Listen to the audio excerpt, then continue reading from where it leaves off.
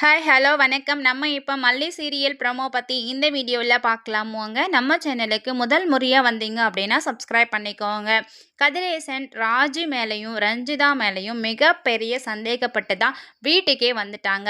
நிஷாவும் சொல்கிறாங்க, அவங்க ஏதோ வந்துட்டு நம்மளை ஏமாத்துறாங்க போல இருக்குப்பா அப்படின்ற மாதிரி சொல்லிட்டு. ஸோ அப்பன்னு பார்த்து தான் அவங்க வீட்டுக்கு வராங்க. வீட்டுக்கு வந்தபோது பார்த்திங்கன்னா நம்ம மல்லி என்னமோ படுத்து தூங்கிட்டு தான் இருக்காங்க. அதுவும் இந்த ரஞ்சிதா பண்ண வேலையினால தான். ரஞ்சிதா தான் வந்து தூக்க மருந்து காஃபியில் மட்டும் இல்லாமல் வேறு எதுலேயும் எல்லாத்துலேயும் கலந்து வச்சிடுறா. ஸோ இது தெரியாமல் தான் நம்ம மல்லி வந்து அதை குடிச்சிடுறாங்க.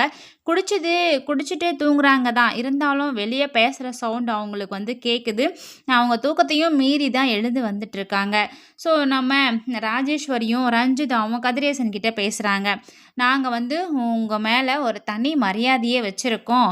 ஸோ உங்களுக்கும் எனக்குமே விஜய் மேலே ஒரு பகை இருக்குது. நம்ம 2 பேருக்கும் இந்த பகையை வந்து கைகோர்த்து தான் நம்ம செய்யலான்னு முடிவு பண்ணியிருக்கோம். அதனால் நீங்கள் தாராளமாக எங்களை வந்து நம்புங்க. எந்த பிரச்சனையும் உங்களுக்கு வராது. நீங்கள் சொன்ன மாதிரியே சாட்சிகள் எல்லாமே நாங்கள் சொல்கிறோம் அப்படின்ற மாதிரி தான் சொல்கிறாங்க.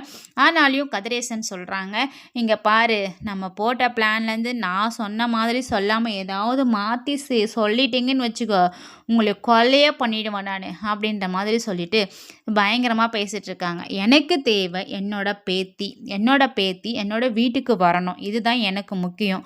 நீங்கள் வேறு ஏதாவது பண்ணிக்கோங்க, எனக்கு அதெல்லாம் தெரியாது அப்படின்ற மாதிரி சொல்லிட்டு இருக்காரு கதிரேசன்.